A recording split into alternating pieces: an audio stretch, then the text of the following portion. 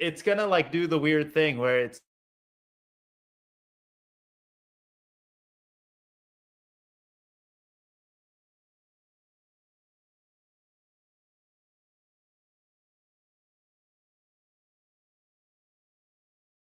Here we go!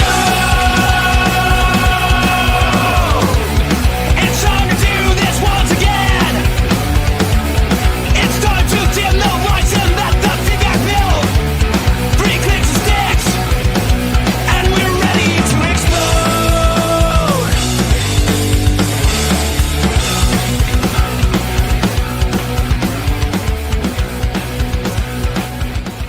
We sing along! This content is for informational and educational purposes only.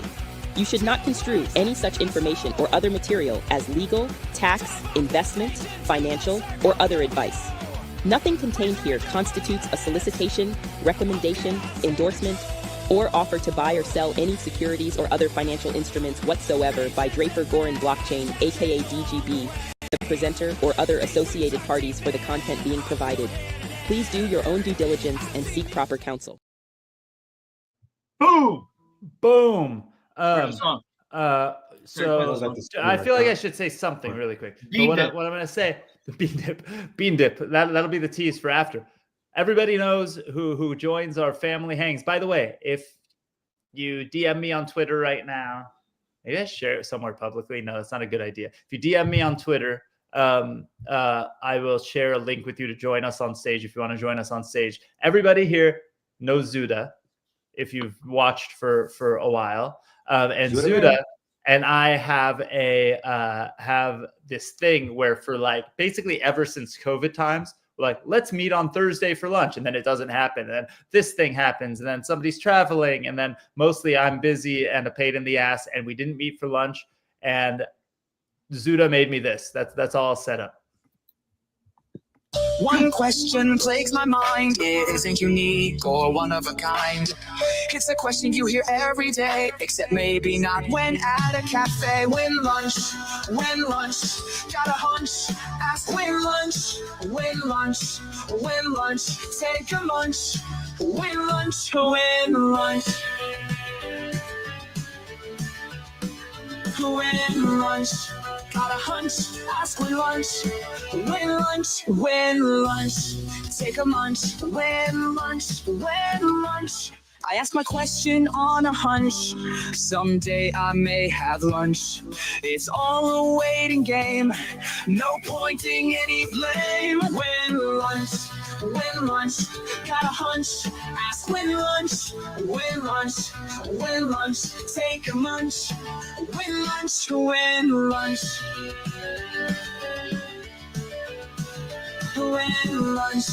got a hunch, ask when lunch, that's all I wanna know.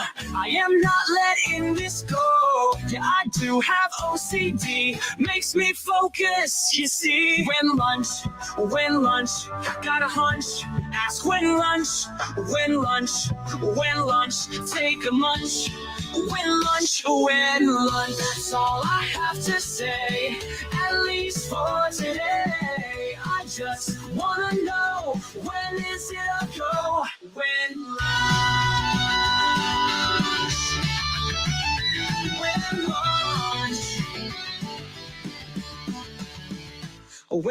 lunch, when lunch, got a hunch, ask when lunch, take a munch. When lunch. This is probably a song I could have probably written, right? At least my wife would say this is a song that I would sing. When lunch.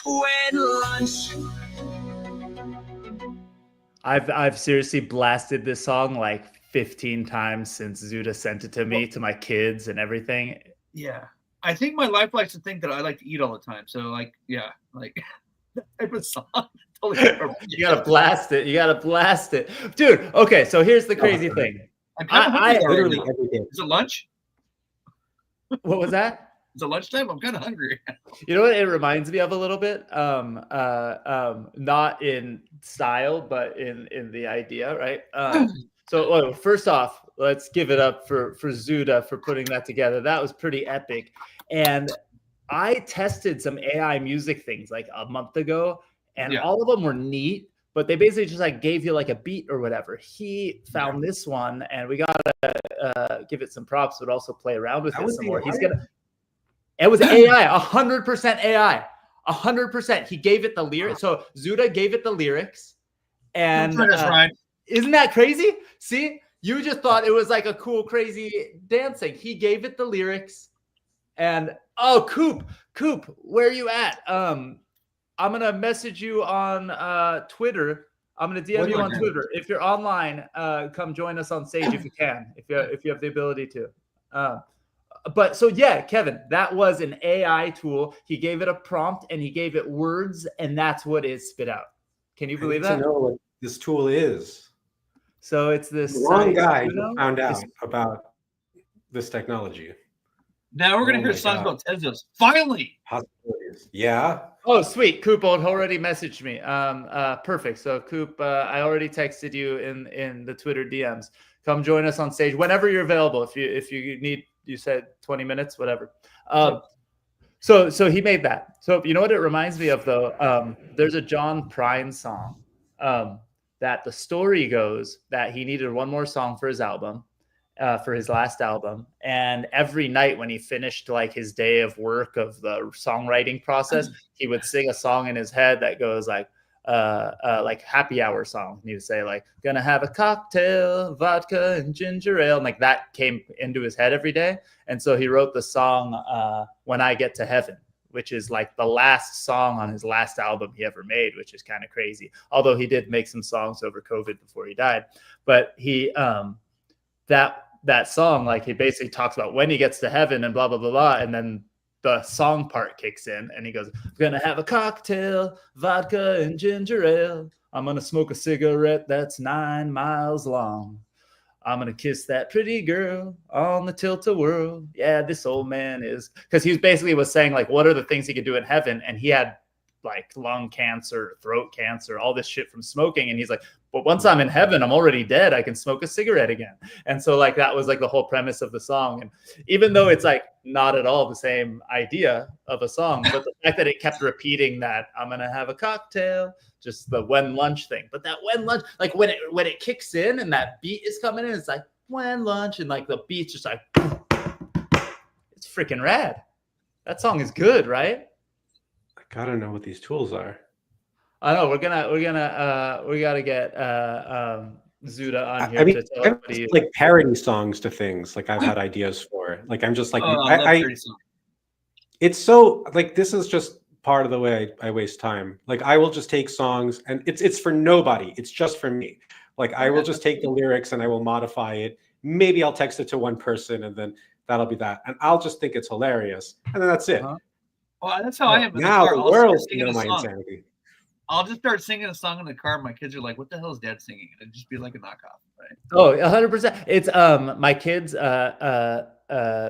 we like Weird Al. We listen to Weird Al a lot. One day we were listening to my daughter was doing like a karaoke track. And it was from the movie The Greatest Showman, right? Awesome musical if you like musicals. I love musicals. So, but then my son, just to make fun of my daughter, started singing instead of A Million Dreams. You know, that song goes like a million dreams, whatever. My son started saying A Million Beans and then made the song about burritos. And it was awesome, right? And now every time that song comes on or I hear that musical, all I can think of in my head is a million beans, right? Like it's so good. I like the Showman song that like the famous one, and now they used it in the Wegovy commercial, and it ruined it for me. Oh yeah, God. It's not, I don't know. What's it called? The other one, the one at the beginning. It was a cool song. You ruined it for me, so now I put it on my mind. Yeah.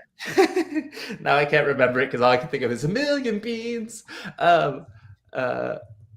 Whatever. So we're back to the AI music happy hour. So if obviously if you're here, you probably know probably know that this is. I bought Martez. You bought Martez. You did. Yeah, right. And I bought it after like the pump, and I'm still buying below what I originally bought it. So here's so just you know, I know that we I haven't been talking about it yet, but we're like 10 minutes in, and this is actually the DGB live stream. We got Kevin on because he's part of the family, and we kind of he's essentially a host of the show at this point. We I'm the clown. We wanted this episode to be about just hanging out with fam, talking about what we're thankful for. It's Thanksgiving week. I know a lot of people are offline or their kids are home and they might not be watching, or they are, but we're like kind of in informal mode. And why not? So, but if you want, you know, go to dgb.vc, sign up on all the stuff. We'll keep you updated on everything that we're doing. But today was more about hanging out and having fun. And so we wanted to play Zuda's song he made us. I think we need more music in this in general. Like back in the day doing the blockchain booze, it was a good way for me to partly like take a break from work for half an hour, because I'd inevitably wait until the last moment and then go, oh crap, I need to do an intro song. Because if you remember, for a lot of the episodes, you were writing them, right? Writing them. I played the same song every time. Yeah. It was actually, it's a pretty standard song. So like, I don't even think we know who wrote it, but it was because it was blockchain and booze. I took a song Moonshiner is the name of the song, but there's like versions of it where like Bob Dylan sang it. There's versions of it that like Woody Guthrie sang back in the day. So it's like a standard song. I don't even know if anyone knows who wrote it. And I rewrote the words to be about blockchain booze. And the only thing I wrote different each week was the last line of which guest was on. Right. And so it was I think it was a thing that most people never even heard because it was in the intro thing. So like while people were getting alerted to the live stream, they never even heard it. But it was for me a fun way to like an excuse to, oh crap, it's Tuesday tomorrow or Tuesday tonight, because we'd do the live stream in the evening. And at some point in the day, I'd have to take like a half-hour break from real work and then record myself playing that song on the guitar for Punk Ape Strong to be doing it with the little cartoon thing. And it was fun for me. It was an excuse to like take a break from real work and actually like, you know, not be on for half an hour. But I'd literally get it done sometimes in like 15 minutes, half an hour. The thing is, I would play it one time. Even if there were mistakes, I would leave the mistakes in. And the long part of it, 20 minutes, would be actually mapping the cartoon to the sound more than it was. That's why on some episodes you see like his hand strumming. It wouldn't match me actually playing because I was just like didn't have enough time to make it look right. But we should use those, by the way. Like we haven't used I haven't seen Pump Ape Strong the character animator puppets in a really long time. With Rosie O'Donnell, when she had her show in the beginning, like it was the same theme song, but she like depending on who the guest was, she had like a verse that would work that guest's name into it, and every single episode was original. And it's like that's pretty cool that they did that like forever, and it would rhyme with the guest's name. So that's what I did for Blockchain and Booze for the longest time. It would be like, you know, find ones that you were on. We'll find the intro. Let me find one, because I'll find one with Kevin, and it'll probably say, you know, like with Kevin giving our Tezos update or whatever would be the last line of the song. Because instead of like the song goes, you know, I've been a moonshine. I don't like the 17 long years. It would say I've been a blockchain boozer for whatever number of episodes. So I'd say for 72 long weeks instead of 17 long years from the song. So every time I change that line too. So I just have to replay. You know what it reminds me of? You guys remember the Muppet Show and how like Kermit the Frog would introduce people at the very beginning of the show who was coming on? Yeah, bring out a puppet. Let's do it. All you have to do is record. Rankin's got puppets. Kermit the Frog here. And today we have. You know what? We're on the episode. You know what started it? Actually, here's what I'm going to do. That's not bad. Thank you very much. He's good. He is absolutely. So Just don't do what you did that one day with the Rankin puppet where He has you more talents than you think, David the Rankin. whole episode with a different voice, and that was driving me nuts. For 2 hours in Clubhouse once. He did a Blockchain Booze episode, I think, as Dr. Ankin with like a weird fake English accent, and it was driving me nuts. And I'm like, okay, enough. And you're like, I can't do it. Like you had to keep the accent for the whole hour, and I was like, it was driving me insane. It was really funny. So hold on, I'm gonna find Blockchain Booze number 69. I wanted to make it weird, and because it was number 69, and I purposely to make it weird. I had okay, I'm gonna find it and then I'll get it. So I wanted it to be really weird, and that's the first time I did the theme song intro. It wasn't as punk ape strong yet. I'm gonna embarrass myself now because I'm not a very good guitarist, and that's kind of part of the point.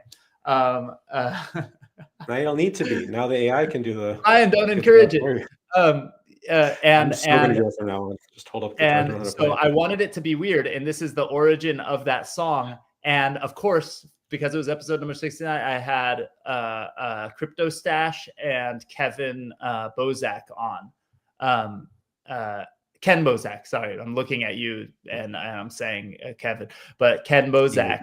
And I wanted it to be weird, and so that's the origin of the song. I think it was the first time I played it that song. It might have been a different song. Let's hold on. I'm gonna present a tab, and we're gonna listen to it, and you can feel free to talk over it so that people don't hear it as much.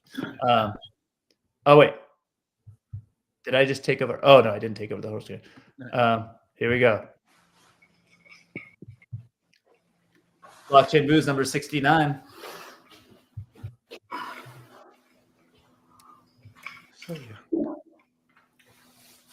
I've never seen this. This machine kills bankers.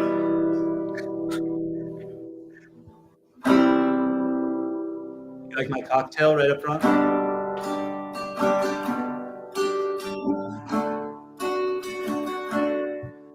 Well, I've been playing it extra slow too.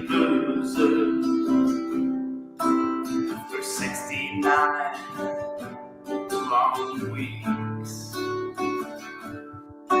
I spent all. Can I fast forward? My money.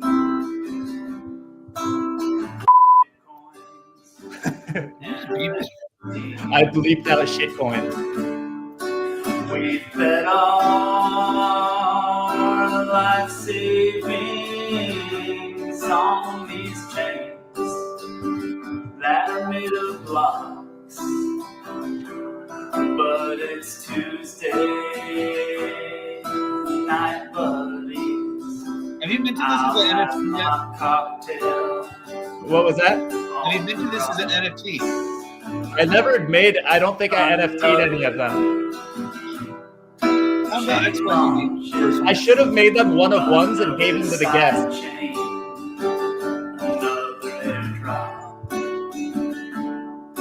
Transactions per second aren't as cool as tequila shots. Mark Cuban was a rock star, and Gary Vee didn't show up. Oh yeah, this was before we had Gary Vee on when he ghosted us. Well, it can't fix this. The Bitcoin, it fills my cup. Wait, what was Bitcoin price at on this day? I don't know. Maybe 20? This was 3 years ago. I'll find out the date. Old friends. Another week in crypto. This is where I customized it for the person. See, this song is way too long. It never ends. It's like the song. Here's but we're gathered on this live stream for another blockchain and booze show with the legends Crypto Sash and Ken Bozak.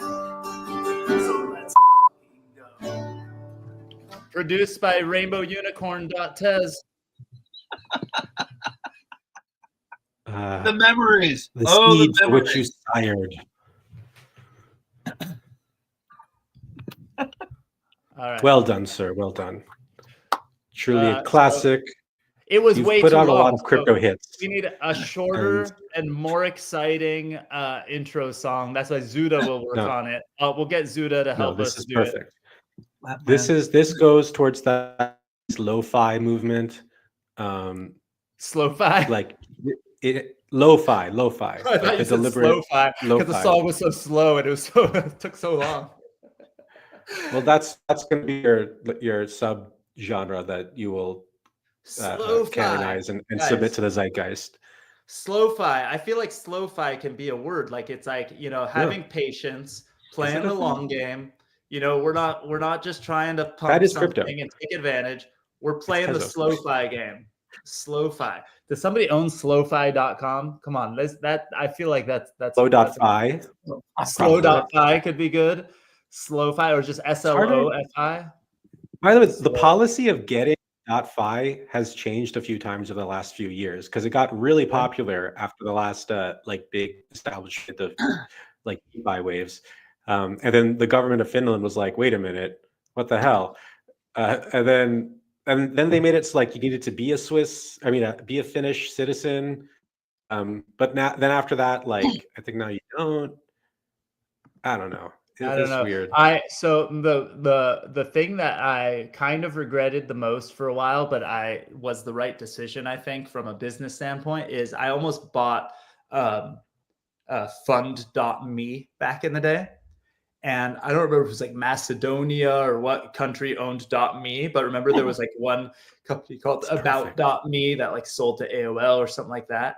And but the problem was that country was the first country to hoard their domain name. So what they did was they made the .me's available just in general to people, right? But they took all of the one word .me's and the most popular ones in advance, and they made them not available. And then you had to negotiate with the country, but they would give you a contract basically that said that if you violated certain ethics or at any time, if they wanted to take it back from you, they could. And so I got to the point where I negotiated with them to the point where my company was thinking about buying it. I don't remember what the amount was, for $25,000 or $10,000. We still were thinking about doing it even at that cost. But then they gave us the contract and it said at any point in time, if we sold our company to someone they didn't like, they could take back the domain name, which meant nobody would want to buy our company without the assurance of the domain name, right? And so we didn't end up doing it. And I was kind of disappointed we didn't for a while, because later on About.me sold for a lot of money. And but that would have been a cool domain, fund.me. Who owns that now? A loophole with that, something with if somebody were to own, if nobody were a majority owner, and then the transfer incrementally on that basis. Hold on. Yeah, if that would circumvent transfer ownership. Well, no, because at the end of the day, they own the DNS service and all the stuff, and they can just take it from you, right? It's not like if it was, a .eth domain and we renew it for the next 100 years and our DAO owns it. No matter what contract, who are they going to serve it to and take it from, right? It's kind of like Uniswap, right? You could go and sue Uniswap out of existence, the company, but the smart contracts exist and they're not coming down ever. And so they might not be able to have an Amazon account and serve a front-end interface, but all of us could serve front-end interfaces, right? Oh, so, Gensler, we got to talk about the politics. How have we not talked about this? Well, speaking of Uniswap and policies that make no sense whatsoever, of people who don't understand crypto but think they do, Gensler's leaving. Yay! Yeah, well, I think. Wait, oh no, you know what? That was since last time, because I went and played golf So here's a funny thing. Here, I'll find Bitcoin's even been at an all-time high since last time. I've made this statement a bunch of times. I've never played golf in my life. I'm not a good golfer or anything like that. I don't really know how to play well, but Blesnak plays golf. A few people that we know play golf. And I'm like, I want to hang one day. And I played a round of golf and I was like, this is fun. You hang out in the sun and kind of goof around and have a beer. And so I always make this statement to people saying, hey, if you play golf, invite me. I suck, but like, I'd like to learn and get better. And a buddy that I know through 805 Startups invited me to play golf. I brought Nate along with me and we met like a friend of his. And what was crazy is that I met Nate for lunch right before we went to play golf. And I was pumped. Bitcoin was like at 99K. Gensler was resigned and Nate came up to me and he's like, what, like, why are you so wired? I'm like, it's Bitcoin 100K day, Gensler resigned. And he's like, what? And I'm explaining to him and he was like laughing at me at how pumped I was. I played a round of golf with where the heck is pictures of everybody else working at work. So what does this mean? It means that I got to play a round of golf with orange balls. Well, on Gensler, though, who could replace him? Do we have any idea? Oh, plenty of people. I hope it's Hester Peirce. Maybe you? See, played with orange balls. I wore my DGB shirt, my Punk Ape Strong hat. I did it right. And according to everyone, I played pretty good too. I didn't embarrass anyone. It was great. Okay, so let's go back to this. I want to learn golf. The two you have to teach me. I want to learn this elitist language of networking that is golf. I hated this idea of playing golf because I'm like, who the fuck has 4 hours to go outside like on a weekday? And then a part of me is like jealous, like I know I'm mad at it because I'm jealous. Like 4 hours of going outside, like rich people, like what the hell is this? But then I went and played one time. And I played with some work people and I was like, okay, hang in with them. That's good kind of networking. But to me, it was like a sport that wasn't so tough on your body. It was still hard, right? Like it's hard to be good at it. Like, it's not like a non-sport. Like you could say when you're young and you're like, oh, they're just walking around, whatever. Walking around the ball. Yeah. And you have a golf cart. So it's like even easier. But it felt to me like, imagine if we went on a hike right now for the next few hours. But we took it easy. We were never like totally out of breath and whatever. Dude, golf should be your sport. Think of how long you could talk to a person. Not only that, but you're outside. Imagine if we're on a hike right now, right? And we're like taking it easy. We're never like fully out of breath, but we are moving, right? So it's good for you. You're in the sun. And then at random times we take a break, like in between, just to stop and drink a beer. Like, that's a great day. Like how can you say it? Like, how can you poke holes in that? Other than it feels lazy because you should be back to work. But that's a problem with us. That's not actually the right thing.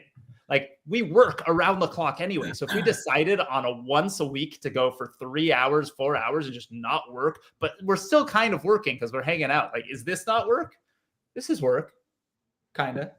You're more likely to get a check written playing golf than you are sitting on here. What was that? You're more likely to get a check written playing a game of golf. That's true. And if I was fundraising, which I may or may not be doing right now for different entities and things I'm a part of, you could go and meet an investor and spend time with them and build a real relationship with. For me, that's actually, I'm better at that in fundraising. Like, so there's people who are really good at hopping onto a call and getting right to business and go boom, boom, boom, boom, boom. I need to hang with the person for an hour, be like, Coop, what's up? And then at the last 5 minutes go, here's the deal. And we either do the deal or not because they like me or they don't like me. I like them or I don't like them. That's how I work, right? I'm not the other way around. Coop, dude. What's up, fam? I miss y'all, man. Dude, how you doing? Way too I'm in my home studio. I got my guitar right here. I'm ready to jam on whenever y'all are, man. Right. That's a collaboration that's long overdue. A Coop song, a Coop Punk Ape Strong, David Rankin, Kevin. You used to have an electric guitar in the background of your videos, and I never seen you play. Yeah. Well, I'm not at my primary location right now because it's the holiday. It's a holiday week, so visiting but loved ones. But yes, I don't know how to play guitar. Even the basics of properly holding it and just how to emit the note, I have no idea. Do you know how I to do play have a power chord? subscription to Fender lessons for a couple of years now. I haven't used it, but the fact that I maintain that subscription gives me the hope that one day I might resolve to finish what I started. You know how to play a power chord? We're gonna hang one day. I'll show you how to play power chord. I don't know how to hold the thing. Two fingers. You hold the power chord. You can play every punk song in existence. Oh yeah. Yeah. Okay. Yeah, that's what I have to learn. Chord. I'm gonna show you I am told that like there's only a couple things you kind of need to know, and then after that you can just figure out the rest. I'm told that. I mean, 99% of what I do is the same 4 or 5 chords. I told my niece the other day who was learning, I said, do you know how to use a capo? I'll show you like to use the capo and the whatever. And she's like, she basically was like, yeah, but I'd rather learn the real chord so I don't need to use the capo. And I'm like, dang, you're smart. I cheat. But like, I don't know. That's the way. Bitcoin.golf. By the way, I put this. Yeah. Tying together golf. I think I own ape.golf or something. I think I own ape.golf or something like that. Let me go look at my GoDaddy account. There's a really interesting thing in California. It's an amendment of the California Constitution, and it's an example of kind of a corruption, but it's like from the 60s and whatever. So like, and there's an episode I put in the comments, or if people can see it, of Revisionist History with Malcolm Gladwell, where he talks about this. It's very, and so the Brentwood Golf Course, if you know, it's a very interesting thing because it's all this land that's just used for golf in a very expensive area. If they were taxed like every other entity, they'd be paying about $200 million a year in property tax. But instead they pay $1,000 because of this loophole associated with the law from the 60s. And also part of like the amendment. And part of that is that if the ownership of the land that is used for a golf course is transferred, more than 50% of it is transferred, then they don't get that exemption and they have to pay normal property tax. But because of the way, the golf course is owned by the country club, and the country club maybe less than 1% at a time, and it keeps changing hands like that. And so at no point does over 50% get transferred, and therefore they're able to maintain this loophole forever, effectively.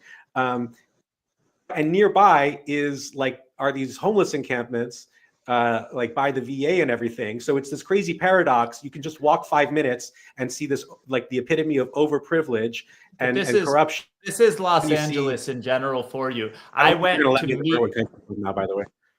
I went to go meet with somebody at City Hall, and City Hall in Los Angeles is surrounded by a homeless encampment. That's the epitome of LA for you. It's just LA. They're never going to do the right thing. And I think there's probably horrible shit going on with that country club, and they probably deserve to get their shit fixed or kicked or whatever. But the city enables it. Yeah, it completely enabled. And then we need to catch up with Coop. This is crazy. Here's a funny thing that happened once. So there was this country club I went to for some angel group meeting once, and I remember looking. And I sat next to this older guy, who was an older black guy, and he leaned in and he made some joke about like how white the dudes were at the country club. It was like 7 a.m. The dude who was opening up the thing, and this was just a funny moment because I joked with him. I was like, "This is like out of a movie," because the dude was wearing like a full suit with a bow tie and had like white hair, and he looked like if you were saying like, "I want to find," like in movies where you're like, "That guy looks like the president of the United States." Like this guy looked like he had like a Southern accent. And he looked like, let's find the most racist white dude stereotype you could have be the guy leading this meeting right now at a country club. And that's what the dude looked like. He had like white hair with a bow tie with a Southern accent, welcoming everyone to the country club in the morning. And I joked, I was like, yeah, this guy looks like he's out of a movie. And the guy leaned into me. He's like, just a few years ago, we wouldn't be allowed in this club. And he like had the funniest, like the goofiest laugh. It was the funniest thing in the world. Still today. Yeah, still today. But it was really, really funny, but not funny at all. That's not a coup. hey, you know, these things happen in cycles. Apparently, let's freaking get through this next cycle very fast. Crypto can. What is that? Fix this. But Coop, speaking of Coop does a ton of shit actually to get crypto adoption. He doesn't run. He speaks at the Black Blockchain events. I'm not, it sounds like I'm generalizing, but it's called Black Blockchain, right? Blockchain Summit, the Black Blockchain Summit. So I know that I wasn't like just generalizing and going like, you know, those things, those Black Blockchain events, but he speaks at Black Blockchain Summit. He speaks at the HBCUs about blockchain adoption. What have you been up to lately? I know also he has like a private, maybe I'm not supposed to say this out loud because I think it's like an invite only, but hang out with Coop, you might get invited. He has a cool WhatsApp chat too with a bunch of people who are sharing deals and opportunities and education as well. So, but Coop, what's new? Music NFTs, video game NFTs.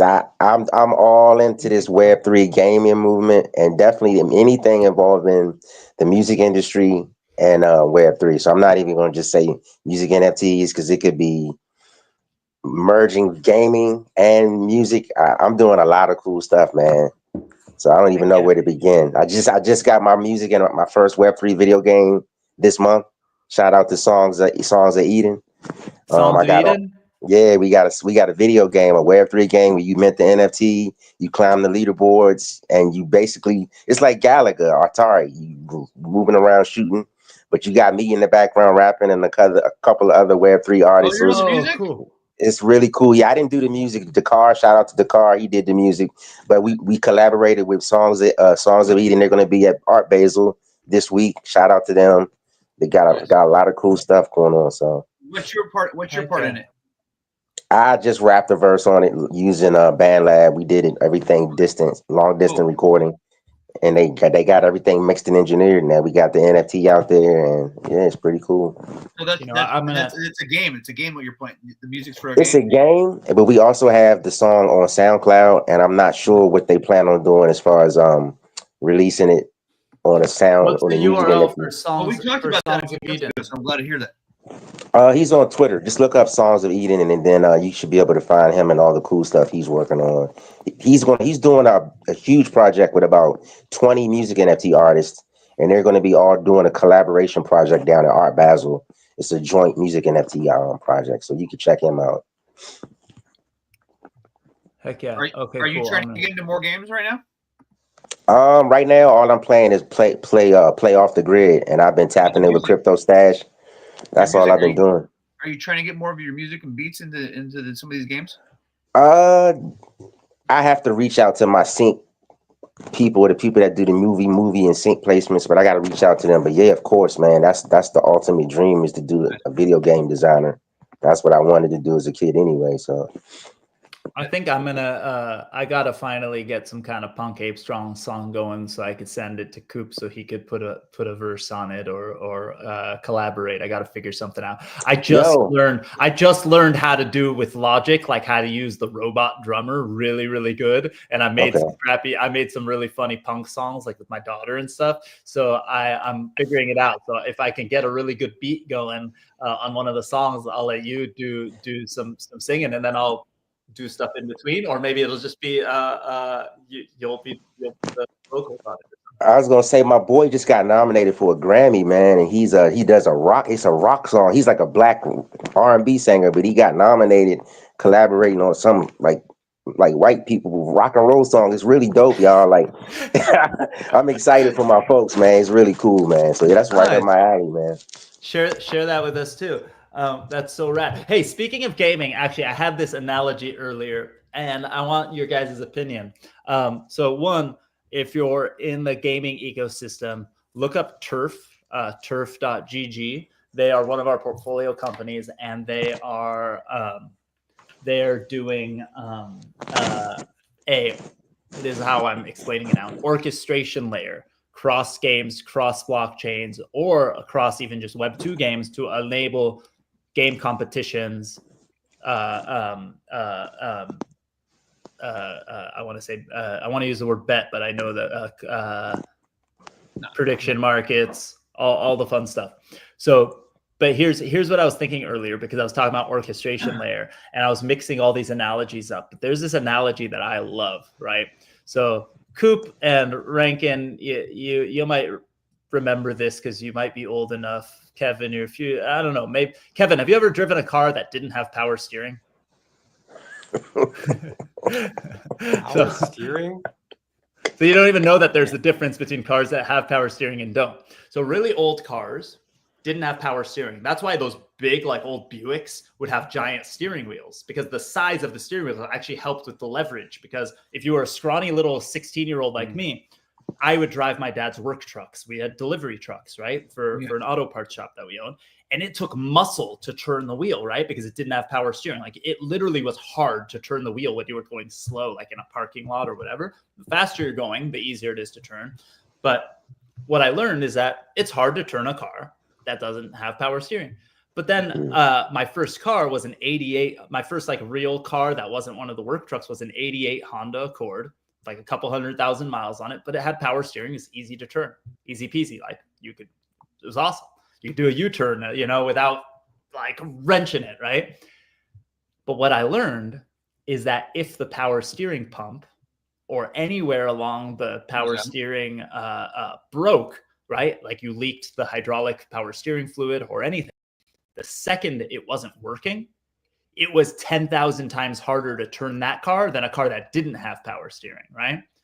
Yeah. So my analogy of the morning was that on Polygon, on Immutable, on Tezos, on all these different blockchains, there's Web3 gaming communities. And those communities take a game and you go from Web 2, no power steering, to Web 3, you got power steering now. But until those Web 3 games play nicely with other Web 3 games, potentially on other blockchains and things like that, you're running something that has power steering without hydraulic fluid in it. It's harder to actually get shit done, get users, and do things because you got there's no power steering fluid greasing the gears and keeping the pressure in the power steering system to actually enable that power steering. So you took something that was cool, right? The vehicle, the Web 2 game, you gave it power steering, but you forgot to fill in the fluid, right? You made it harder to actually do the things you want to do than a normal Web 2 game. You tell your friend, hey, get this Web 2 game. 5 minutes later, you're playing the game together. You tell them, get this Web 3 game. It could take them a month to figure out how to freaking get MetaMask, do all this stuff and whatever. Until there is an orchestration layer that connects all these things and makes it easy and obfuscates all the hard parts, it's as if it's running with no fluid. Turf is that orchestration layer. Turf is the power steering fluid making this shit work fine. And that's my analogy of the day.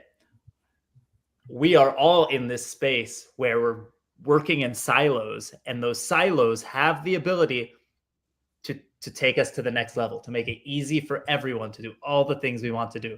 But until we actually make it happen in a proper way, that's my analogy of the day. And I'm trying to think if that's a good analogy, because I kind of want to make a video that says it in a more concise way than that. The same way Onera, one of our portfolio companies, does it for RWAs or security tokens or digital assets, they're doing it for games. And I like that. Throwing it out there. What do you guys think? Poke some holes in it. Tell me I'm crazy. It's a great idea. I think like similar to what Play Off the Grid is doing, they allow the cross-gen, like you can do Xbox, PS5, and PC. Yeah.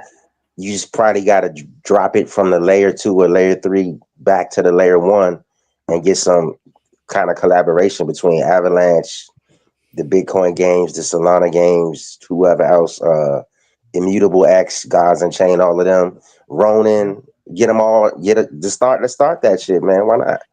I like it. So Turf is doing it. Turf is making it, is going to make it so that you could have game. So here's the cool thing about Turf, right? Like I think this is actually cooler on a small level personally than maybe some of the other stuff. Like they're making it so any game community can create game competitions amongst their community. But here's what I think is really rad, right? Like, we have our own little community here, right? There's the wider community. There's hundreds of people watching this live, but there's also the smaller community within us, right? Like the like 20, 30, 50 people who were on blockchain and booze late nights and hanging out and just became like good friends and family over the years, right? Now, when it goes, Zuda's joining. Hell yeah. Talk about fam. All right, Zuda. Wait, okay, before I go there. We started this episode off with your song. Oh, I have bad connection. Just let me figure out what's going on real quick. Okay, just mute yourself in the meantime. I'll go back to what we were saying before. Think about fantasy football. Okay. Zuda, can you hear us? Yeah. We started this episode off with your song. Oh, really? Yeah. It was rocking. Kevin didn't realize till after I explained it that it was even AI. Oh my gosh. Isn't that the greatest teach me compliment? everything. That's Suno version 4. It's amazing. The voice was all mush until version 4. It was so good. So it's all on Suno. It's all on Suno.com, yeah. I wrote the lyrics myself. Amazing. All right. Time out, y'all. Suno did this, that new Sony thing, that music thing. Suno. Yeah. Oh, do wow. not use Udio. Their sound is horrible. I tested a bunch of them. Is Sony involved in that? I think they're suing Suno. Oh, Sony is suing them. Here, I'm going to share the link. I think everyone, I think it'll show up in the comments, but we'll see. The link to, I'm not sure if it showed up on the links everywhere. It showed up on, I'll share it on Twitter also on the thread of this post if people don't see it, but it's on the YouTube link. But okay, really quickly, I'm going to just say something about the turf gaming, and then Zuda, I want to catch an update from you too, what you're working on. I mean, we had you on last week, or a couple weeks ago. Was that last week? A couple weeks ago? Whatever. We had you on recently, but we'll do it again. With turf, think about how many of you guys have played in a fantasy football league or something? Right? I play in one this season. Have you guys ever played in one? No. No fantasy sports at all? I watched the league. Does playing Quidditch in real life count? Quidditch in real life? No. Yeah. Okay. Okay. Fantasy sports is really cool, especially if you're not in the video. Fantasy sports is really, really cool because you can play, like Yahoo has an app. There's a bunch of different apps for fantasy sports, and you can play just join random leagues, right, with random people at the internet, or you can set up leagues with friends from work, friends, family, whatever. And I think it's really rad that I have we call it the GFL, the Goran Football League. I have a group chat on my phone with all of my nieces and nephews who are in the league, some of the cousins from other sides of the family and stuff like that, grandparents, whatever, who decided to join the league. We have 12 teams. We have one of my brother's best friends from childhood is in there too, right? Just family and friends. And we play every week, and it's super informal. It's super fun. We goof around. There's no betting. It's just having fun, and it's an excuse to talk to family, to watch the football games on Sunday. And I never watched football regularly. I was the dude who showed up to the Super Bowl party because there's a party, and I'd watch for a few minutes because it's fun to watch, but I never cared that much, right? I started doing this, and within a few years, I had a team. I was into watching certain players.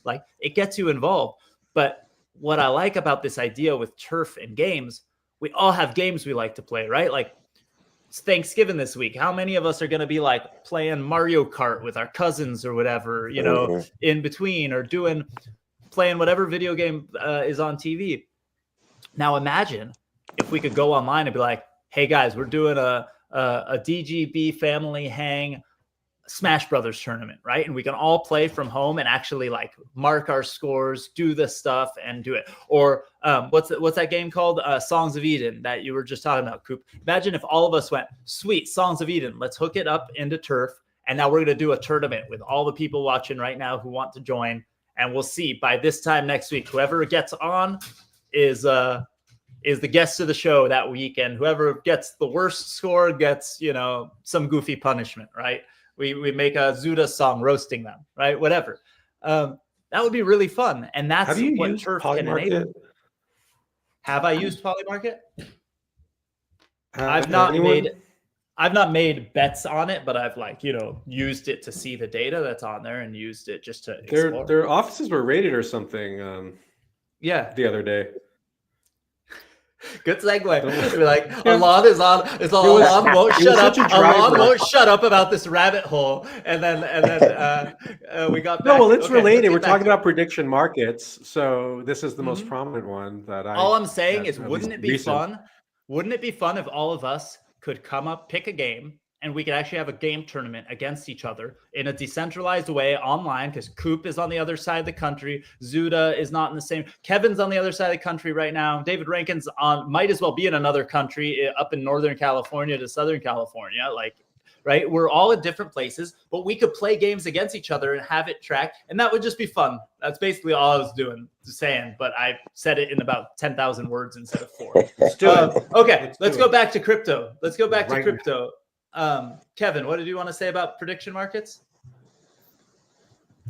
Well, no, I mean, I kind of wanted to try it, but I don't think I can because being in the US and that's how it works. It did predict the outcome of the election. And it goes to show, despite my criticisms, I'll admit, I thought I did notice certain things like when the votes coming in, and then the states were coming in, I noticed a lot of volatility, and I thought I think this is based on maybe people who are not from this, understandably, not knowing how our process works. So they're seeing a massive amount of electoral votes come in because those are the states that they closed first, and it's just and they think that's oh wow, it's clearly going in one direction, not realizing no, you have to get the whole country in, and then you can understand. And I think there was a lot of swinging back. I think that was people who just didn't really understand. But by and large, it was pretty solid on the way things turned out, contrary to what the polls were showing for the past couple of weeks. And also my other criticism was maybe it's also what people want to see because this is a crypto market. No, it did. Once you put stuff, you put people's money at risk, they'll stop lying to themselves. I think that was the thing, is I just assumed also it was easy to dismiss it if you think, oh, this is only crypto people or only certain types of people are using this. So those types of people are going to bet the way they think it's going to go. But like you said, money is the biggest driver. And think about this. Here's an interesting thing. You guys have friends outside of the crypto space, right? I think everyone does. Most people are not in the crypto space, or at least in our bubble, right? I had friends my cousin has crypto. He participated in NFTs with us. Used to hang out on Blockchain and Booze and stuff like that. He just doesn't use Twitter. He doesn't like Twitter. So the day after the election was like, what's going on? Trump is good for Bitcoin? Question mark. He had no idea that Trump ever mentioned Bitcoin, that has ever said anything about crypto. He had no idea that there was a correlation between crypto and Trump, right? Think about that. Only we think we're so important, and we think we're a part of some kind of bubble crypto community or we think certain people are so important on Twitter. They don't mean shit. They're not actual influencers. Rankin, you're saying something. I said we're in an echo chamber. If you're not in the echo chamber, you don't hear it. So literally, so we thought, oh, people are going to vote for Trump because of Bitcoin, right? The certain people in our community, yes. But my cousin who owns some crypto had no idea there was even that was even a thing, right? And he is going to be more in tune to crypto than the average person we know, right?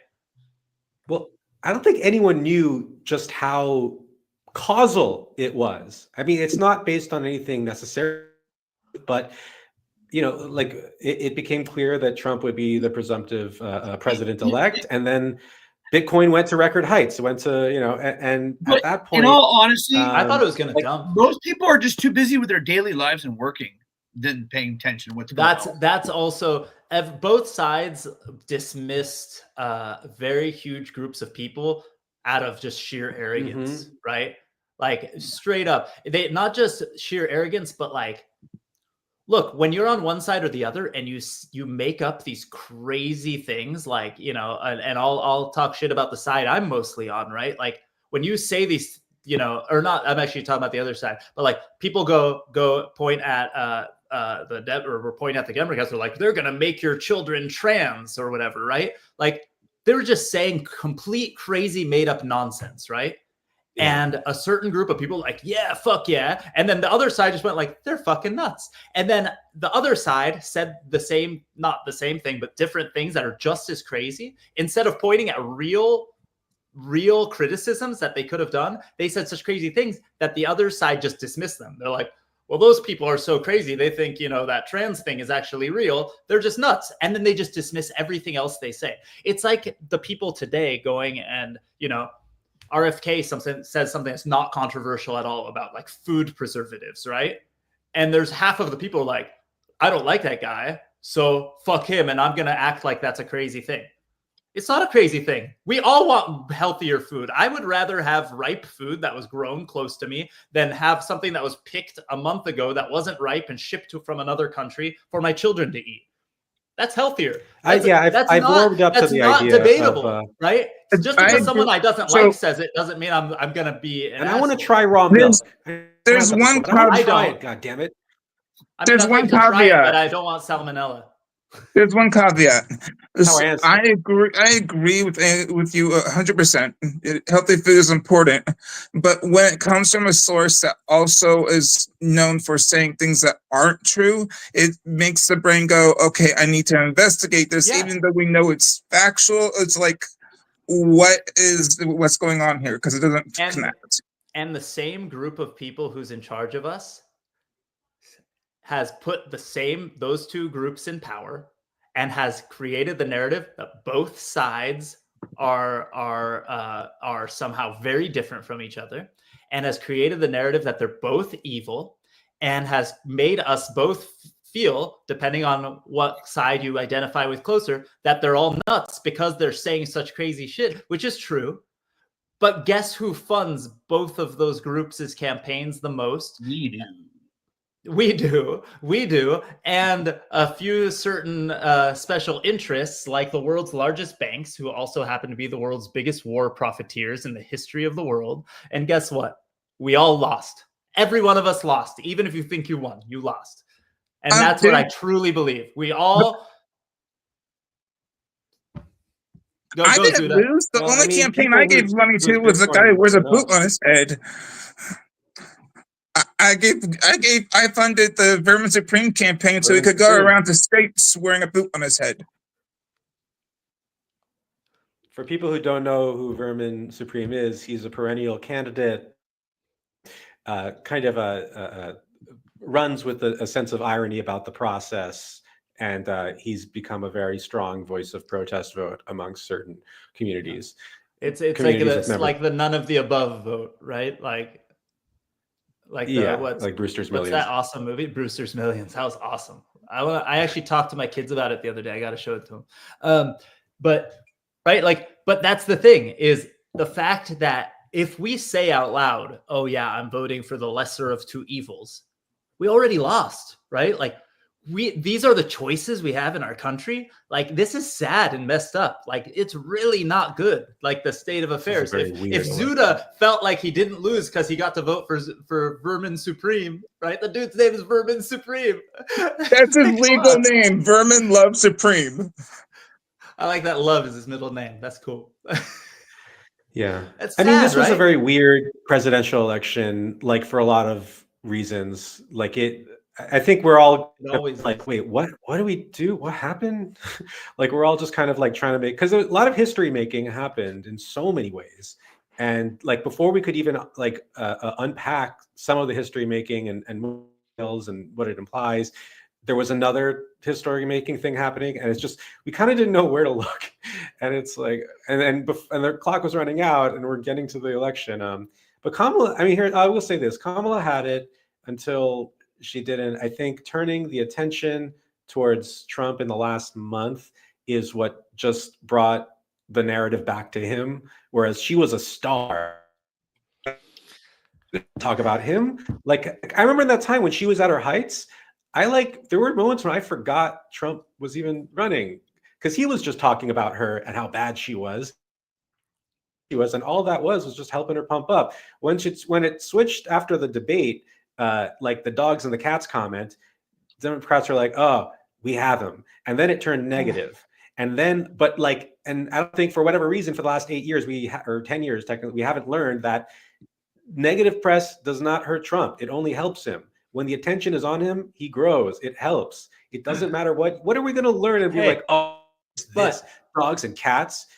I could stand for sexual assault and subversion of the Constitution and all these other horrible things and corruption. But that silly dogs and cats, that's for me. What? Kevin, that reminds me. Oh, go ahead. Sorry, go ahead. No, go Zuda. It reminds me in a sci-fi of those energy monsters where you attack them and they just keep growing bigger and bigger, even though they should be blowing up. That's what Trump is, an energy monster. Yeah. It's diabolical genius marketing, right? But here's the thing is Democrats, or not Democrats, the Democratic Party or whatever feels or felt hopefully like this completely destroys it and rebuilds it or something. Or actually, I wish the whole freaking system would unravel itself. We could start over, but that's a pipe dream. What I hope that they do is that they recognize that they're not smarter than everyone else, that they're not better than everyone else. Because when Hillary Clinton lost the primary, they went, you know what? Bernie Sanders can't win, but Hillary Clinton can. Who the fuck gave you the power to make that decision? Like, that's not okay. He should have been the person. And she lost. Why? Partly because half of the people in the Democratic Party didn't want her to even be the nominee. And then they went, well, if she's the nominee, it's better than the other side, right? So lesser of two evil kind of situation. And they go. But what happened this time around? They pressured, Joe Biden didn't want to drop, right? But they pressured him in the last minute. And instead of holding some kind of primary and even pretending like we had a say in who the person was, because it would have been Harris no matter what, we would have voted for her for sure, even if it was a bullshit primary, some quick thing. Again, by saying that they don't have enough time, they showed that they were inept and couldn't do it, or they're liars, right? And so they put her in and everybody got behind her. But none of us actually voted for her like you would in a normal primary.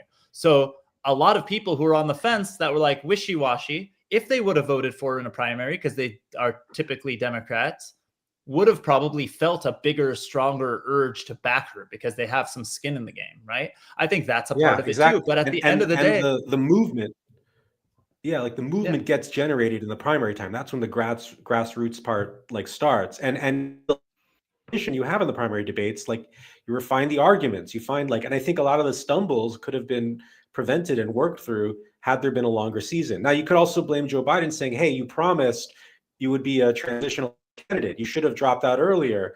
You know what though, honestly, he probably should have, but his people probably threw him under the bus, because you know what they probably told him? He was sick when he did that primary. You could see him coughing. That one thing, he was coughing.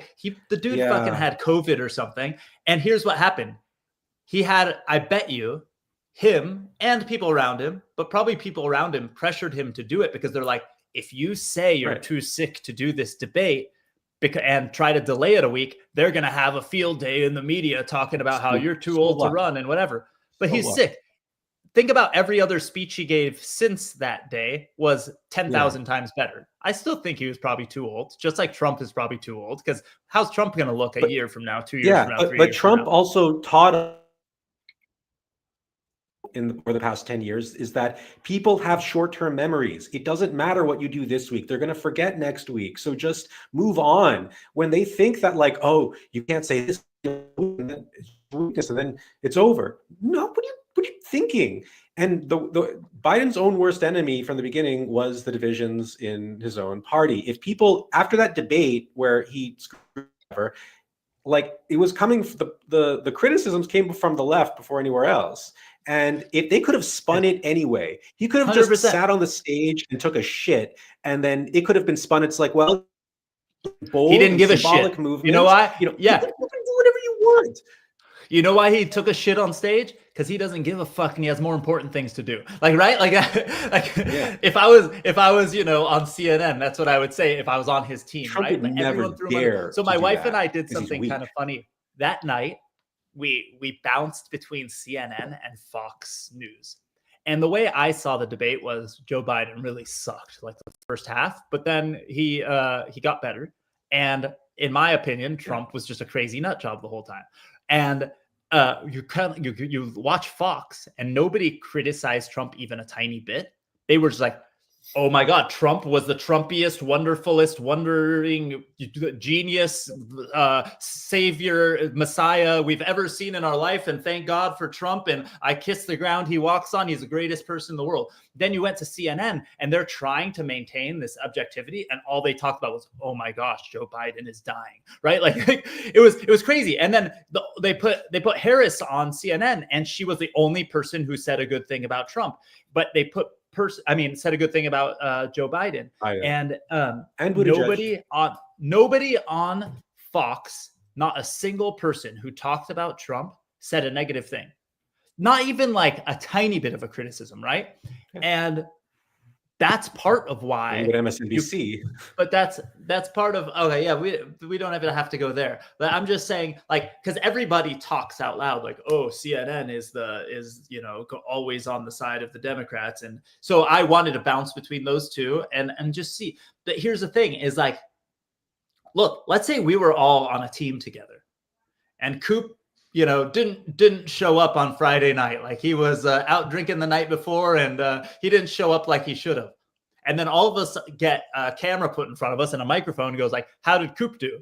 We'd be like, you win some, you lose some. Coop is the greatest person in the history of the world because he's on my team. I got his back. He's on my team. He's my family, right? Like not a single person has that in them or had that in them for Joe Biden, which made me go, they kind of knew they were throwing him under the bus, or if they didn't, they're a bunch of assholes. Because like, are you on this team or not?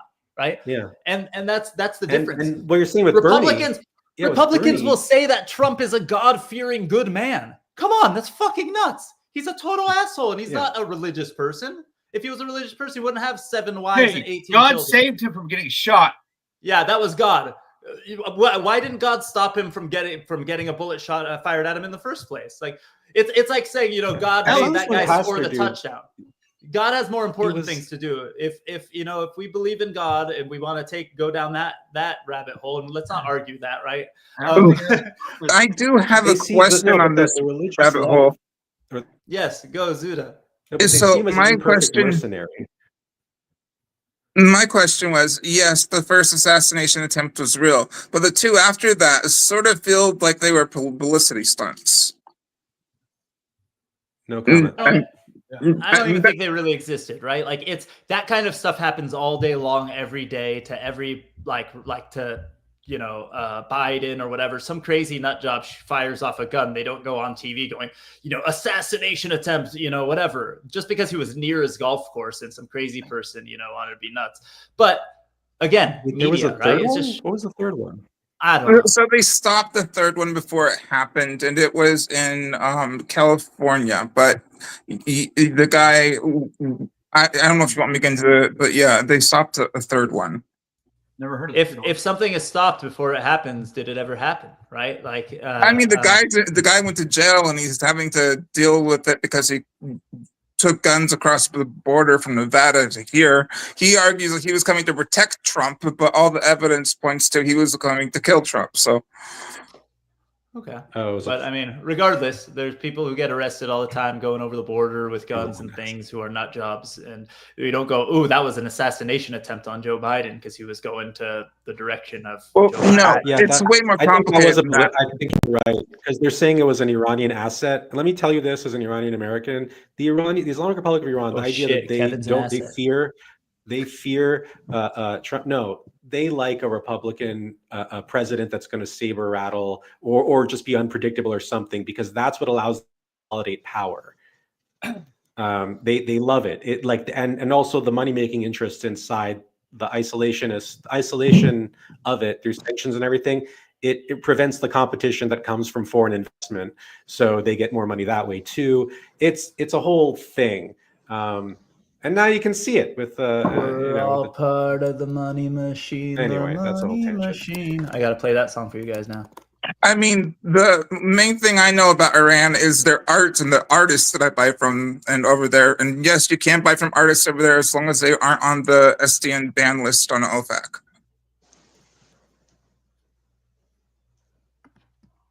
Yeah, there are a lot of Iranian artists on Object, on Teya, on these, and everywhere really. I mean, there's a disproportionately high number of Iranian artists, and they make a lot of money. And even like when you see Turkey, like as having a in these kind of research of where these NFT artists and everything are from, hey, be careful! See it's a really Thanksgiving week. Sorry. Oh, by the way, I found out recently that had to make a dumb Thanksgiving joke. No. It actually originates from Turkey. Like the reason why we call it in America is because it kind of resembled the guinea fowl. And before that, there was another type of bird they found in Africa that kind of resembled that, and they called that turkey. And because it resembled the guinea fowl that they would get through trade routes that came from Turkey, the country. So it actually does. It's funny have in Hebrew. In Hebrew, the word for turkey is basically like Indian chicken. Like a tarnegol in Hebrew is a chicken, and a turkey is a tarnegol odu, which means Indian. I think Indian. I think odu means Indian. I might be wrong. So somebody who speaks better Hebrew than me figure that out. But the direct translation, is basically. So I had a professor once. Here's an interesting. Let's end with some Thanksgiving turkey talk. I had a professor once who was a geneticist from Amgen. So went to a school, and I was able to do there's one class you have to take that's like a crossover between business and another subject, and I did the business of some kind of medicine-y thing. I forgot what it was called, but this dude who was the teacher was a scientist, geneticist guy from Amgen. And he said that he told us a story that, Amgen does all sorts of testing and tries to make things and medicines and stuff. But one thing they do with genetics is try to make things. And they went, how do we make, how there's these factory farms with chickens that are grown with out any heads and crazy shit like that, right? Where they try to just mass produce chickens and give them hormones and do all sorts of stuff. So they tried to genetically modify a chicken to be a bigger chicken. So there's more chicken on a chicken, right? And they genetically modified a chicken successfully to be bigger, gianter chickens so that they had bigger chicken breasts, bigger legs, all this stuff, right? And the idea, hold on, what's up? Yeah, is mommy home? Okay, as long as she's cool with it, because here. So unprofessional. So sorry. So chickens, they genetically modified a chicken to be a bigger chicken, and I guess in these factory farms and these things, there's a certain period of time, let's say a week or two, for a chicken to get to the size where they slaughter it, right? And they genetically modified the chicken to be a bigger chicken. And they thought, okay, in the same period of time, we'll get a chicken to full size and it'll have more meat. But it took longer to grow to that size. So they tried all these different things to get it to grow faster, and they couldn't get it to grow faster. And eventually, what they genetically modified a chicken to be is a turkey, because it took the same amount of time as a turkey to grow, and the meat tasted more bland and not as good, just like a turkey is, right? Like those big giant turkeys are basically not as good chickens. In my opinion, I know some people get mad at me and it's sacrilegious to shit on turkey before Thanksgiving. I'm sorry. But As a dude who likes the dark meat, you know, turkey sucks, man. It's like dry. It's not as good. It's just not as good as chicken. I'm sorry. But basically, Amgen spent millions and millions of dollars, scientists, genetics, to turn a chicken into a turkey. I thought that was pretty funny. Well, no, but here's the real question: does it not have the tryptophan that makes you tired after you eat it? That's a myth. I mean, if you could tell me about that, Kevin. Turns out, I think you just eat a lot and you get tired, right? No. It's the tryptophan in the turkey. If you could make turkey without tryptophan, that would be a really big seller. Well, let's just call it what it is. It's called itis. Take the itis out of the chicken. I mean, out of the turkey. Take the itis out. Put the itis in some other meat or something. You know. Dude, but here's the thing, though. I don't think it's. I think it's just eating. I don't think I think Kevin's right about the tryptophan being. Shout out to the Boondocks. Boondocks. Okay, now I gotta look that up because you gotta watch the whole thing. That was funny. That was funny, Gary. I'm sorry, I stepped on that. So, but here, okay, I grew up going to Israel in the summer times, right? Visit family and stuff. One of the most common street foods in Israel is shawarma, right? Shawarma is, what up, Chad? Shawarma in Israel is turkey, right? It's all of that meat on the thing. It has some I forgot, like lamb fat or something on top, but it's turkey. Yeah. I grew up my whole life. I don't like turkey on Thanksgiving. I love the shawarma because it's like really good. You eat it in a pita and you're walking spicy, whatever, right? I like it. I never ate a giant shawarma and went, oh man, I'm tired. I got to take a nap. Never happened. And I ate by volume like 3 times more in one meal than I would turkey. It's so good. I think the tryptophan thing is like, dude, we're sitting with our family and we're eating like champions, and you get tired when you eat like that, right? Like, yeah. According to ChatGPT, the idea that turkey makes you sleepy is a partial myth.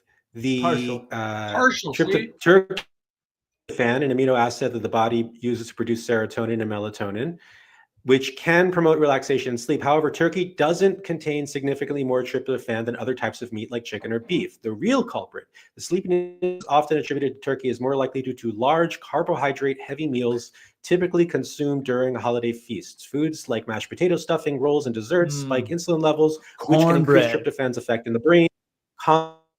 This with the general relaxation and alcohol, if consumed, and you're more likely to feel drowsy. In short, it's not the turkey itself, but the combination of factors surrounding the meal that contribute to post-dinner sleepiness.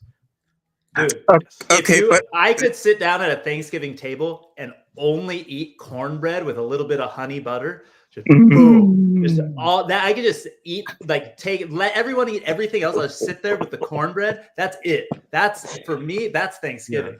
Hey, I love. Are you going to eat your cornbread? I'm going to eat my cornbread. Finally, everybody get your cornbread. Get your cornbread, right? That was my Bitcoin joke. For years, I've been saying it. That's an old joke. Yeah, that's you eat your cornbread. Yeah, and like a cornbread meme coin. I will say though, my wife makes like this stuffing from her Italian family that has like pancetta in it. Like the cured ham, it's like having almost like bacon, but it's even better mixed in with the stuffing. Those two things. That's Thanksgiving for me. Boom. Either one or both of those, I'm all in. Kevin, what's your guys' favorite Thanksgiving food? You guys everybody's got to say their favorite Thanksgiving food before we go. Food. Or what's the best? All the food. You're just like all the stuffing that comes from pumpkin pie. The stuffing inside rice. And all the cornbread. Not like rice, gravy, and some weed, rice, and gravy. Oh, I'm happy. Oh, you know what? Is there such a thing as cornbread pie? Hold on, I gotta ask Coop about his rice. Is the rice cooked inside the turkey like the stuffing kind of rice? Nah, it's just the regular instant rice with some really good meat gravy and some really good high level quality weed. You smoke the weed and eat the rice and gravy, it goes right down. Rice and gravy. It's not cooked into that's okay though, because he's taking the gravy from the meat and putting it right on top. Yeah, so yeah. You get the best part. The best part of the turkey is all the fat that's cooked off of it, right? Right on top of that. That's why I don't like the extra stuffing that is put on the side in a dish that's just like baked separately. I only like the stuffing that comes from inside the turkey. Yeah, although here's the difference though: the inside the turkey is the good stuff, but the outside of the turkey stuffing sometimes could get like crispy on top, and that crispiness. But I am thinking about it through the lens of my wife's Italian family stuffing that has the pancetta in it, so that's kind of different because that's got some meat in it too. So I feel like, okay, here's the assignment. Everybody take pictures of your Thanksgiving food, and we need to add it to this thread this week, and so we could get jealous of each other's food, because that's what's going to create world peace. And I will just say to everyone, where the hell's the NFT project? Where's the NFT? I know we got to do that. You know what? We're gonna do it finally. We're gonna do it. You know what? I took a picture. I didn't share. You weren't on the thread. I sent it to Mike Radin. I took pictures of some hummus and some food I made this week, and I sent it to Radin. And that's part of the world peace. Food is gonna bring world peace. I want everybody to say one last thing before we end for Thanksgiving. My last thing is just going to be, I don't give a shit. I do give a shit. I need to clarify this. I care about these things. I care about the fact that people came to this country and wiped shit out and pretended like they were doing a good thing for humanity. But I don't care about the Thanksgiving holiday in the sense of it being Thanksgiving holiday. I care that it's family and friends and loved ones getting around the table, spending one fucking day just talking about what they're thankful for. I'm thankful for you guys. Love you guys. I hope you guys have a great Thanksgiving. I hope you sleep really fucking well after you eat too many carbs after Thanksgiving. And let's get back next week and share our stories. Zuda, you go next. Tell me what you want to say about Thanksgiving before we hang out. Yeah, I find it annoying that people say Thanksgiving is from whatever when people colonized here, and not realizing that it's from the 1850s or 1860s that a president made it a holiday, and it had nothing to do with the original Thanksgiving. That just but it used that story as if it was like. So here's the thing. Like this is why I don't want to dismiss it, right? I love to go to outdoor shit. I go to the Santa Barbara Botanical Gardens, right? Oh my gosh, that's it's so beautiful, right? But it's right next to the Mission in Santa Barbara, right? And we don't have to go down this rabbit hole, but who are the biggest slave owners in California history? It's the Catholic Church and the missions, right? They enslaved all the natives and had them do their bidding for them. And at the Santa Barbara Botanical Gardens, there's a plaque talking about like the aqueduct and like the waterway and the whatever, and it said like overseen by Father something of the Catholic Church, the native workers who put together the aqueduct, and they worded it like as if they were like volunteers, right? Like these wonderful native workers who built these waterways for us, and I just thought that was a fun revisionist history thing. But like I'm all for that, understanding and knowing the real history. I think Zuda, I think you're right. It was a created later thing. It wasn't like we decided as pilgrims to have this thing, but they use a story that wasn't really true, but could be a nice fairy tale, right? Like we all believe in stories that we know aren't exactly true, but are nice. So commercialization. I'm choosing in this moment of my life to focus on the fairy tale and have a good time with my family, because I think we're all good people and none of us had anything to do with that. Tragedy. And not let that ruin a one day a year of talking about what you're thankful for. That's I got it. It's like this is the Matrix, y'all. This is the Matrix, right? We're gonna either take the red or the blue pill. I want to have some good food, eat my rice and gravy, smoke my weed, and I'm gonna chase the woman in the red dress. All right. So amen. Here's the thing, though. This is all an illusion, right? They're giving you this one day to think that you should only have one day. That's true. You should be thankful every day that you're alive. We should. Right? We should. Especially guys, we're literally talking to each other across the world over the internet as if we're in the same room. Like this is magic right now. Like 20 years ago, we would have thought like, I don't know, like maybe one person on a screen, but 5 people across the world. And if we wanted to add another 20 people, we could. That's what a time to be alive. We're pretty damn lucky, right? Absolutely. And I'm thankful for that opportunity because I've gotten to know so many great people around the world because of this technology. And the differences are the beauty. That's where the food is going to make world peace right now. I thought you were saying the camera's making us look better. That too. I got the beautify effect going. Does anyone have? I got a haircut. Come on. Yeah, that's why. Does anyone have a recipe for pie with a cornbread? The cornbread, but it's made out of cornbread. The crust. The crust. Cornbread crust. Oh my God, we got to do that. It's gonna be too much. Too much. You know what? Like too much good stuff. It's you can go too far, right? We're now gilding the lily, right? I don't know. Is that the term? Is that the right? I don't know. Kevin, tell us something good before we go for Thanksgiving.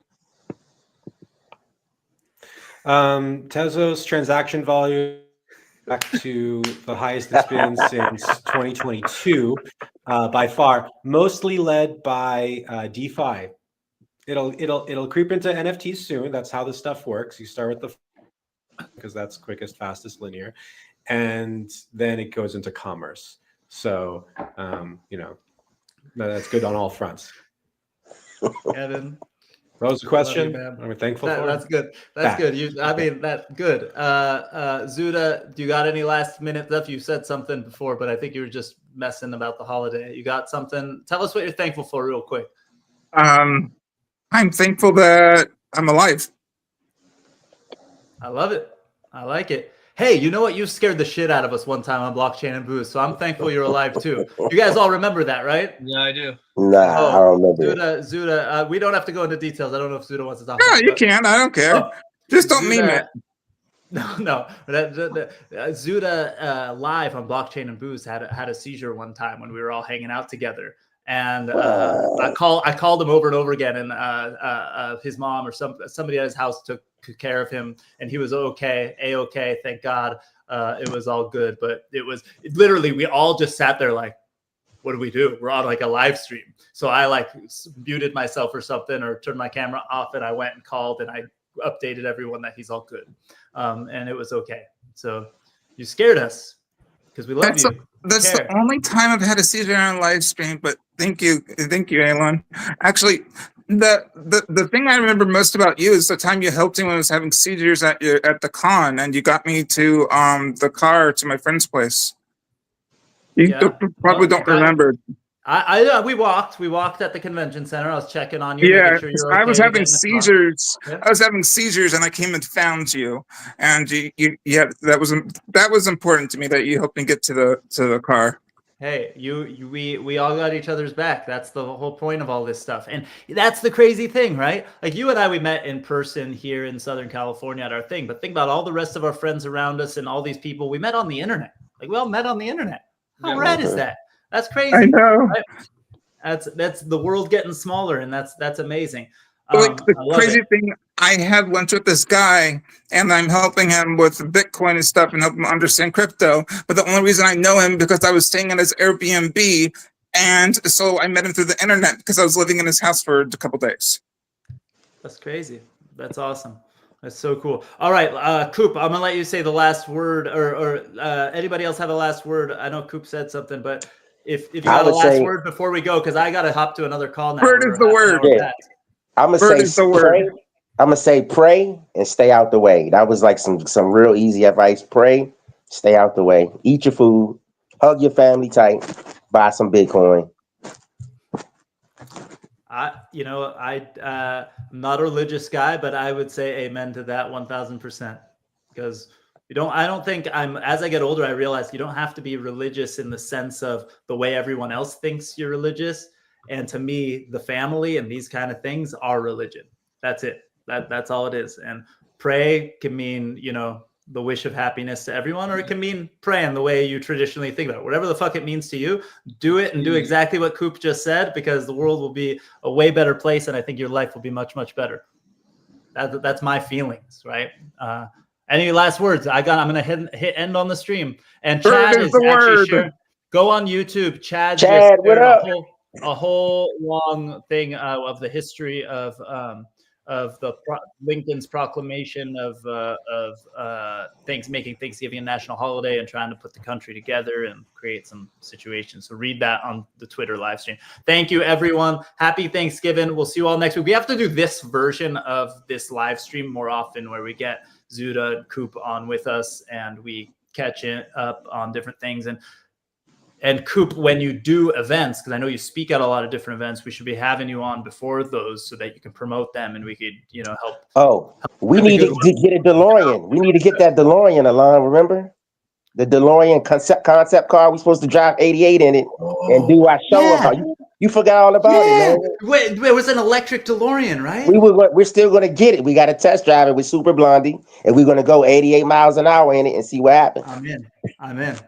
I'm all for it, man. I'm all for it. Too. Okay, we got to figure that out. We gotta figure it out. Can I be the lunatic on a normal drives? street, because those were not built to modern safety standards. So if you could get crushed like an. You know that 88 Honda Accord I just told you about? Country road or that 88 Honda Accord had the cheapest tires I could buy on it, and I would drive down the Camarillo grade because it's a big, long downhill thing into the canyon of where you see all the farmland in Camarillo on the way to Santa Barbara. Anyone who's not from our area might remember that.